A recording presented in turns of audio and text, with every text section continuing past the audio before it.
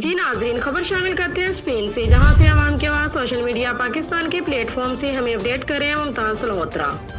Spain खवातीन के आलमी दिन पर इन खवातीन को खराज तहसीन पेश करती है जिन्होंने खवातीन के हकूक़ के लिए आवाज़ बुलंद करते हुए अजियत बर्दाश्त की।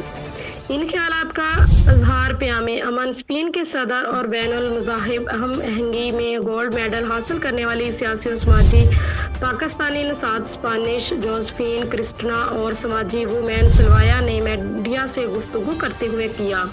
उन्होंने कहा, आज खवातीन का आलमी दिन सिर्फ खवातीन से हमदर्दी ज़ाहिर करने के लिए नहीं मनाया जा रहा, बल्कि खवातीन को बाख्तियार बनाने के लिए मनाया जा रहा है जिनको माशरा तस्लीम नहीं करता। उन्होंने मजीद कहा, खवातीन ने हर मैदान में अमली तौर पर अपनी काबिलियत का लोहा मनवाया है।